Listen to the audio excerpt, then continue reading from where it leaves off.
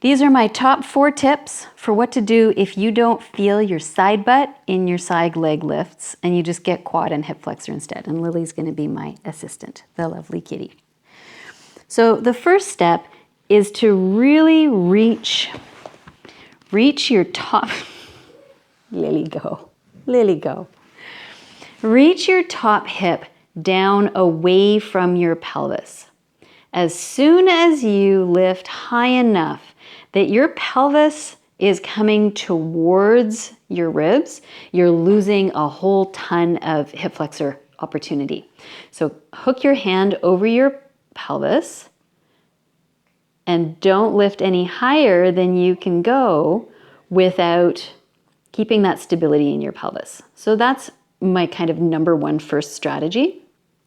Second strategy is go really slowly and figure out where you actually feel your side butt. It might be that you get the best work much lower than you think you do, right? We can sort of think, oh, but I need to go really high, and then that ends up turning out a little bit and you end up very quad and hip flexor. So play around with going slow and low and see how that works.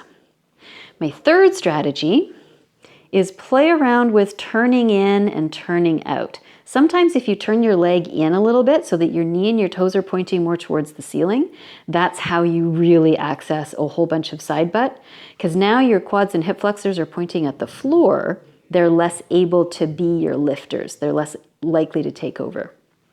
The fourth strategy is to use a little rolling, grab a ball, and get right over onto your side and really get into the side of your hip and wake that up before you work on your side leg lift.